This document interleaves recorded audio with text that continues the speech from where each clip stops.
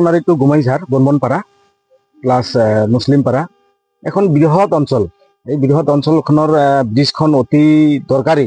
আজি ৩-৪ বছৰৰ পৰা ব্ৰিজৰ কাম ষ্টাৰ্ট কৰিছে, খুব লেহেমীয়া গতি। 2 বছৰৰ পৰা নাহে, ব্ৰিজখনৰ কোনো হাতেই নিদিয়ে। গতিকে আমাৰ এই হাই স্কুল, হায়াৰ ছেকেণ্ডাৰী 4খন স্কুল একেলগ লাগি আছে আৰু প্ৰাইভেট স্কুল আছে। আমি কোন ল'ৰা ছোৱালীবিলাক অহা যোৱাত অসুবিধা হৈছে। আজি বৰষুণৰ দিনত আমি নৈৰ পানীত স্কুল ঘৰতে বহি থাকিব লগা হয়। সকলো সময়তে বজাৰত অহা যোৱা কৰিব লাগে। এইখনেই পথ, এই পথটোৰ বিনে আৰু কোনো পথ নাই।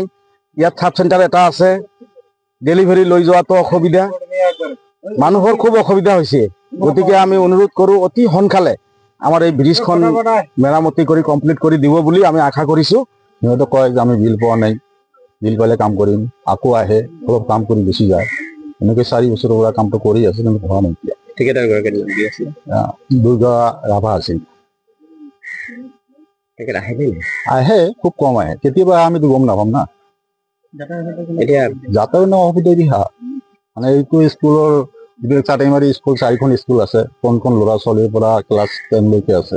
সিহঁতে সদায় এনেকুৱা অৱস্থা যাব লাগে, কোনোবা দিন নাৱৰ পৰা হৰি পৰে পানী, আকৌ উঠি যায়, বহুত অসুবিধা হৈছে।